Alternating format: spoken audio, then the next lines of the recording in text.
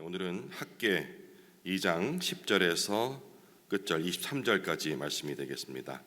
학개는 1장과 2장, 두 장밖에 없는 성경인데요. 오늘 마지막 2장 10절에서 23절까지 말씀 저와 여러분이 함께 묵상하겠습니다. 10절을 제가 먼저 읽겠습니다. 다리오 왕 제2년 아홉째 달 24일에 여호와의 말씀이 선지자 학개에게 임하니라. 이르시되 만군의 여호와가 말하노니 너는 제사장에게 율법에 대하여 물어 이르기를 사람이 옷자락에 거룩한 고기를 쌓는데 그 옷자락이 만일 떡에나 국에나 포도주에나 기름에나 다른 음식물에 닿았으면 그것이 성물이 되겠느냐 하라. 학개가 물음에 제사장들이 대답하여 이르되 아니니라 하는지라. 학개가 이르되 시체를 만져서 부정하여진 자가 만일 그것들 가운데 하나를 만지면 그것이 부정하겠느냐 하니 제사장들이 대답하여 이르되 부정하리라 하더라. 이에 학개가 대답하여 이르되 여호와의 말씀에 내 앞에서 이 백성이 그러하고 이 나라가 그러하고 그들의 손의 모든 일도 그러하고 그들이 거기에서 드리는 것도 부정하니라. 이제 원하건대 너희는 오늘부터 이전 곧 여호와의 전에 돌이 돌 위에 놓이지 아니하였던 때를 기억하라. 그때에는 20고루 곡식 더미에 이른즉 10고루뿐이었고 포도즙 틀에 50고루를 기르러 이른즉 20고루뿐이었었느니라. 만군의 여호와가 말하노라. 내가 너희 손으로 지은 모든 일에 곡식을 마르게 하는 재앙과 깐부기 재앙과 우박으로 쳤으나 너희가 내게로 돌이키지 아니하였느니라. 너희는 오늘 이전을 기억하라. 아홉째 달 24일 곧 여호와의 성전 지대를 쌓던 날부터 기억하여 보라. 곡식 종자가 아직도 창고에 있느냐? 포도나무, 무화과나무, 석류나무, 감람나무의 열매가 맺지 못하였느니라. 그러나 오늘부터는 내가 너희에게 복을 주리라. 그 달 24일에 여호와의 말씀이 다시 학개에게 임하니라. 이르시되 너는 유다 총독 스룹바벨에게 말하여 이르라. 내가 하늘과 땅을 진동시킬 것이요 여러 왕국의 보좌를 엎을 것이요 여러 나라의 세력을 멸할 것이요 그 병거들과 그 탄자를 엎드러 뜨리리니 말과 그 탄자가 각각 그의 동료의 칼에 엎드러지리라. 만군의 여호와가 말하노라. 스알디엘의 아들 내 종 스룹바벨아, 여호와가 말하노라. 그날에 내가 너를 세우고 너를 인장으로 삼으리니 이는 내가 너를 택하였음이니라. 만군의 여호와의 말이니라 하시니라. 아멘. 이스라엘 백성은 포로에서 돌아오는 그런 놀라운 은총을 입었지만 그 은총의 자리에서 다시 무너지기 시작했습니다. 경제는 황폐해졌고 또 인간관계는 망가졌고 그들의 삶의 우선순위는 흐트러졌고 성전은 무너진 채 그대로 방치가 되고 있는 그런 상태였습니다. 그들에게 필요한 것은 단지 성전의 재건축 이것이 아니고 흐트러진 믿음의 질서를 되찾는 그런 회복이 필요한 것이었습니다. 오늘 우리가 이 본문을 마주해 대하는 그런 태도도 바로 이러한 관점이 되어야 할 것입니다. 하나님 우리에게 이 본문을 통해서 이런 동일한 질문을 던지고 계시죠. 너희는 지금 먼저 무엇을 짓고 있느냐? 너희 삶을 위한 너희 가치관이 있어서 가장 최우선순위가 무엇이냐라는 질문을 던지고 있는 것입니다. 이 질문은 한편으로는 무겁게 다가옵니다. 하지만 오늘 이 본문이 강조하고자 하는 바는 잘잘못을 따져서 그것을 벌하고자 함이 아닌 그것을 깨닫는 순간 바로 순종의 길로 그 방향을 트는 순간 하나님의 복이 조건 없이 다시 시작이 된다라는 그 사실을, 그 내면까지도 봐야 하는 것입니다. 그것이 바로 회복의 길이죠. 학계 2장 방금 읽었던 10절에서 23절까지 보면은 부정함을 먼저 진단하는 모습으로 시작이 됩니다. 그래서 자칫 그 부정함으로 그것이 잘못됐다는 것, 그것만을 말하는 것으로 이해할 수 있는데, 짧게 기록된 마지막 스룹바벨에게 네가 인장이 되리라는 그 말씀을 통하여서 바로 메시아 왕조의 회복이라는 영광의 선언으로 끝맺음을 하고 있다는 사실에 더욱더 의미를 두고 읽어 내려가겠습니다.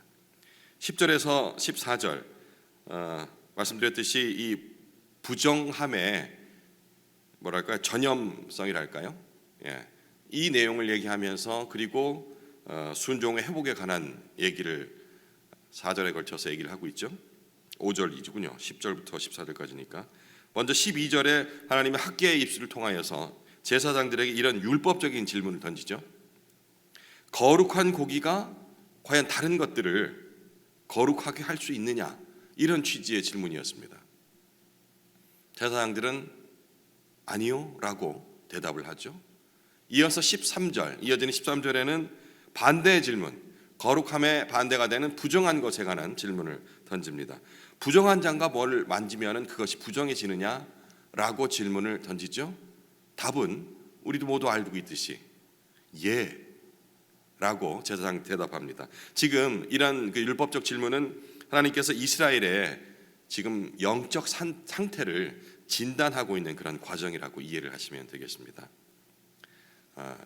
오늘 반복해서 말씀드릴 이 구절이 바로 거룩함은 쉽게 전파되지 않는다. 아까 이 거룩한 고기 비유를 통해서 이 내용을 말하고 있는 것이죠. 하지만 부정함은 정말 순식간에 빠르게 전파된다라는 그 사실을, 이 원리를 하나님께서 공동체 전체에 지금 적용을 하시는 거예요. 그리고 14절에 이어서 진단을 내리죠. 이 백성도 그러하고 이 나라도 그러하며 그들의 손의 모든 일도 그러하다. 거룩을 전파하지는 못하고 부정함들을 빠르게 전염시키고 있다라고 진단을 하는 거죠. 즉 성전 재건을 하지 않는 것은 단순히 할 일을 미뤘다라는 개념이 아니고 그들의 삶에 지금 부정함이 깊이 스며들었다라는 그런 진단이며 선언이 되겠습니다. 죄의 속성이 그렇습니다. 항상 이 정도면 이게 없습니다. 죄는 항상 흘러 넘칩니다. 그리고 게으름은 쉽게 옆으로 번져 전염이 됩니다. 그리고 우선순위를 잃어버리거나 혹은 우선순위를 잘못 선택한 이런 왜곡은 그것 자체가 아니라 삶 전체를 삐뚤게 만들어지는 습성이 있습니다. 앞서 말씀드렸다시피 이 진단은 심판의 목적이 아니라 회복을 향한 기회라는 그런 점으로 이해를 하셔야 되겠습니다. 회복의 문을 열기 위해서는 썩어진 그 뿌리부터 진단하고 치유가 필요하기 때문에 하나님께서는 지금 현 상태를 진단하고 계신 것이라는 것. 막연한 두려움, 아이고 이제 큰일 났다, 우리가 이런 부정함이 있으니까 벌 받겠구나 라는 그 두려움이 아니고, 우리는 그 뒤에 물론 죄에 대한 대가는 치러야 합니다. 벌 받는 것으로 두려워 그것을 회피하거나 감추려 하면 안 된다는 사실, 그 뒤에 회복을 우리는 바라봐야 하는 것이죠. 이어지는 15절에서 19절까지는 순종의 첫걸음으로 인한 우리에게 임하는 복에 대해서 얘기를 하고 있습니다. 꽤 긴 절이 되는데요, 다시 읽지는 않겠습니다. 하나님께서 그들 백성에게 과거를 한번 돌아보라 라고 말씀하시면서 열거하는 대목들이죠. 곡식 더미는 반으로 줄었고 포도주는 마시기도 전에 떨어졌으며, 상황 이해 가시죠? 그죠? 궁핍함입니다. 올리브는 기름 만들기에는 충분하지 않았다 라고 그들의 과거 상태를 얘기를 합니다. 이 모든 결핍의 이유가 그런 경제적 위기가 아니라 바로 영적 우선순위의 붕괴라는 점을 말씀하시고자 하는 거죠. 그들은 하나님의 집보다, 성전보다 자기 집을 먼저 세웠습니다. 근데 여기서 놀라운 반전이 일어나죠. 19절 후반부에 이런 궁핍함들, 잘못됨 속에서 갑자기 그러나 오늘부터는 내가 너희에게 복을 주리라. 이 타이밍이 어떤 타이밍이냐면 이들이 그들의 상태를 자각하고서 성전 공사를 다시 재개하던 그 시점입니다. 재개되자마자, 그러니까 성전이 완공되어서 이제 너희에게 복을 주리라 라고 말씀하신 것이 아니고 성전을 재개하려고 시작하자마자 이 말씀을 그들에게 주신 거예요. 그러나 오늘부터는 내가 너희에게 복을 주리라. 하나님께서는 지금 보는 것을 순종의 완성, 그 결과물을 보고서 복을 주시겠다는 것이 아니고 순종의 이 방향, 잘못된 방향이 순종의 방향으로 틀어지는 그 순간 바로 복을 주시겠다 말씀을 하시는 겁니다. 아직 세상적인 그리고 현실적인 눈으로 봤을 때는 아직 씨도 창고에 없습니다. 뿌릴 씨도 없고 그리고 과일도 맺히지 않았습니다. 그러나 복이 이미 시작됐다는 것이죠. 우리가 흔히 생각하는 것 중에 하나가 뭔가를 이 대가를 받기 위해서는 거기에 대한 원인 제공이 있어야 된다라는 그런 원리를 적용을 해서 하나님께 복을 받기 위해서는 뭔가 하나님이 흡족해 하시는 뭔가를 해야 한다라는, 결국은 이제 나중에 신약으로 가서는 바울이 이런 것, 행위로 인한 것으로 인한 자기 의로 구원에 이를 수 없다라는 정의를 내리게끔 하는 그 우리 사람의 깊은 마음 깊은 그 밑바닥에 깔려 있는 습성 중에 하나가 뭔가를 해야 하나님이 복을 주실 것이다라는 부분, 결과가 있어야 복을 주실 것이다라는 그 생각에 잘못된 것을 얘기를 꼬집고 있죠. 하나님은 우리의 방향이, 잘못된 방향이, 이걸 다른 말로도 회개라고도 합니다. 다른 곳을 향하고 있는, 바라고 있는 우리의 시선을, 얼굴을 하나님께 돌리는 행위, 이것이 바로 회개인데 그 순간 바로 우리에게 복을 주신다는 것이죠. 뭔가를 우리가 뭔가를 해서 이룩해서 주는 대가성이 아니고요. 20절에서 22절까지는 놀라운 하나님의 언약을 얘기를 하십니다. 좀 이 말씀이 갑자기 규모가 커집니다. 하늘과 땅이 진동하고 나라들이 무너지고 병거와 말들이 엎드러지는 모습이 나오죠. 지금 세계에 지각 변동이 막 일어나는 겁니다. 이러한 격변 속에서 하나님께서 단 한 가지를 선포하시죠. 내가 하겠다. 이스라엘의 회복은 바사, 페르시아의 힘이나 어떤 정치적 협상, 그리고 한 개인, 인간의 능력에서 나오는 것이 아니라는 것이죠. 오직 하나님이 세상, 이 나라들을 흔들고 하나님의 공동체를 다시 세우신다라는 말씀을 하고 계시는 겁니다. 보통 세상이 이렇게 요동치고 흉흉하다 이런 때가 되면은 우리도 너무 꼿꼿이 서 있지 않고 그 흐름에 순종하는 것, 순리대로, 이런 표현을 쓰죠. 그것이 순리일까라는 부분은 다시 한번 생각해야 될 부분이지만 그 순리대로 세상의 흐름에 따라가는 것이 지혜로운 것이다. 너무 맞서지 말고, 이런 얘기들 많이 하잖아요. 자녀들에게도 그래, 너무 거스르지 말고, 너무 꼿꼿이 있지 말고 좀 유연하게 이런 얘기를 하는데, 오늘 지금 읽었던 이 본문을 보면은 그 말이 맞지는 않는 것 같습니다. 세상이 흔들리면 나 자신도 거기에 맞춰서 흔들릴 것이다, 흔들려야 한다라는 생각이 잘못됐다라는 것을 하나님께서 지금 말씀하시는 거죠. 세상은 흔들릴지라도 하나님 나라는 흔들리지 않을 것이다. 왜? 내가 그 일을 행할 것이기 때문에 라고 지금 말씀하시는 겁니다. 마지막 23절, 인장반지가 등장을 하고, 그리고 메시아에 대한 얘기가 나옵니다. 마지막 절은 학개서 전체에서 어쩌면 가장 중요한 그 종말론적인 선언이라 할 수 있겠습니다. 한번 읽어보겠습니다. 23절, 만군의 여호와가 말하노라. 스알디엘의 아들 내 종 스룹바벨아, 여호와가 말하노라. 그 날에 내가 너를 세우고 너를 인장으로 삼으리니 이는 내가 너를 택하였음이니라.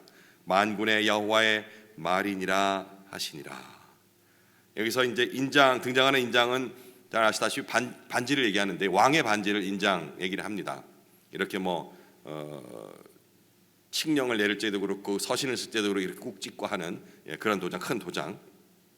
왕의 권위를 상징하는 절대적 표징이죠. 근데 이 인장 반지, 우리가 그 예레미야서에서는 이때도 인장이 몇 군데 등장하는데요. 예레미야에서 등장했던 인장은 이렇게 인용이 됐었어요. 버려졌다라고 얘기를 했거든요. 근데 여기는 지금 스룹바벨이 네가 인장이 될 것이다라고 다시 회복된다라는 얘기를 지금 하고 있는 겁니다.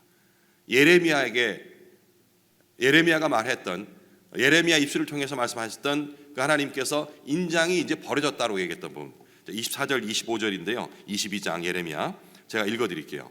여호와의 말씀이니라.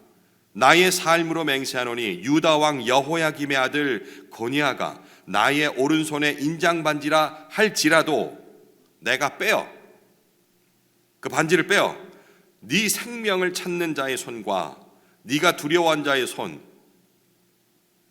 바벨론, 세상 열국 제국을 얘기하는 겁니다. 곧 바벨론의 왕 느부갓네살의 손과 갈대아인의 손에 줄 것이라. 인장을 빼서 버려버렸다. 이렇게 선포되었던 말씀이 오늘 학개서 제일 마지막 절에는 스룹바벨이 바로 이 다시 인장이 될 것이다 라고 얘기를 하는 겁니다. 인장은 왕의 권위, 왕을 상징한다고 얘기를 했죠. 다윗 왕조는 끊어진 것처럼 보였고 또 민족의 정체성은 이제는 사라진 것처럼 보입니다. 그도 그럴 것이 70년이라는 시간, 짧지 않은 시간이거든요. 나라를 잃고 왕도 없고 다른 나라에서 이방 민족과 섞여서 그렇게 한 세대, 두 세대, 길게는 70년이면 3세대까지도 세 세대가 흘러버렸다 한다면 무엇 하나 남아있을 수 있는 시간이 아니라는 점에서 어찌 보면 민족의 정체성은 완전히 사라졌다고 볼 수가 있습니다. 그랬기 때문에 다시 고향으로 돌아와서 예루살렘 성전을 회복시키라 하지만 그들은 여전히 이방 여인들과 그들의 관심을 쫓아서 정체성을 잃어버린 듯한 모습을 보이고 있으니까요. 하지만 하나님께서 다시 말씀하셨죠. 내가 너를 택하였습니다. 스룹바벨을 단지 그런 어떤 직책적인 면에서 총독이라는 관점에서 바라보는 것이 아니고 바로 다윗 왕조 회복을 예고하는 결국은 메시아적 인물로 말씀을 하고 있는 것입니다. 스룹바벨이 또 신약 성경에 등장을 합니다. 바로 마태복음인데요. 마태복음 1장은 예수 그리스도의 족보로 시작을 합니다. 아브라함과 다윗의 자손 예수 그리스도의 계보라, 이렇게 1장 1절이 시작해서요. 아브라함이 이삭을 낳고 이삭은 야곱을 낳고 야곱은 유다와 그의 형제들을 낳고 이렇게 쭉 내려가요. 그렇게 쭉 족보를 얘기하다가 12절에 가면 이런 구절이 나옵니다. 바벨론으로 사로잡혀 간 후에 여고냐는 스알디엘을 낳고, 지금 방금 읽었던 구절이죠. 스알디엘을 낳고 스알디엘은 스룹바벨을 낳고, 지금 예수 그리스도 족보입니다. 이 족보에 바로 스룹바벨이 등장을 하는 겁니다. 결국 하나님은 무너진 나라, 무너진 성전, 무너진 자기의 백성 속에서 묵묵히 메시아의 길을 다시금 이어가고 계신 것입니다. 이 복음의 흐름을 오늘 우리에게도 적용할 수 있겠죠. 하나님은 무너진 자리에서 다시는 회복되지 못할 것 같은, 않을 것 같은 암담한 그러한 현실 속에서 가장 깊은 회복을 시작한다라는 그 사실을 학개서 오늘 읽은 본문을 통해서 우리는 알 수 있습니다. 마무리해 보겠습니다. 학개 2장 10절에서 23절은 부정함의 진단으로 시작을 했습니다. 부정한 상태, 그리고 순종의 회복으로 이어지죠. 그리고 마지막 메시아 왕조의 회복까지 이어지고 있는 말씀입니다. 기억해야 할 것, 거룩함은 쉽사리 전파되지 않습니다. 그런데 부정함은 너무나도 쉽게 번져간다는 것. 죄는 습관이 되고, 그리고 습관이 결국은 삶을 만들어내는 겁니다. 하지만 희망은 순종의 그 방향만 바뀌어도 하나님께서는 복을 시작하신다는 사실이 우리에게 희망이 되는 것입니다. 하나님 다시 신앙의 우선순위를 세우는 그런 자들에게 동일하게 말씀하시죠. 이날, 오늘 네가 그 방향을 순종으로 튼 이 순간부터 너에게 복을 주겠다.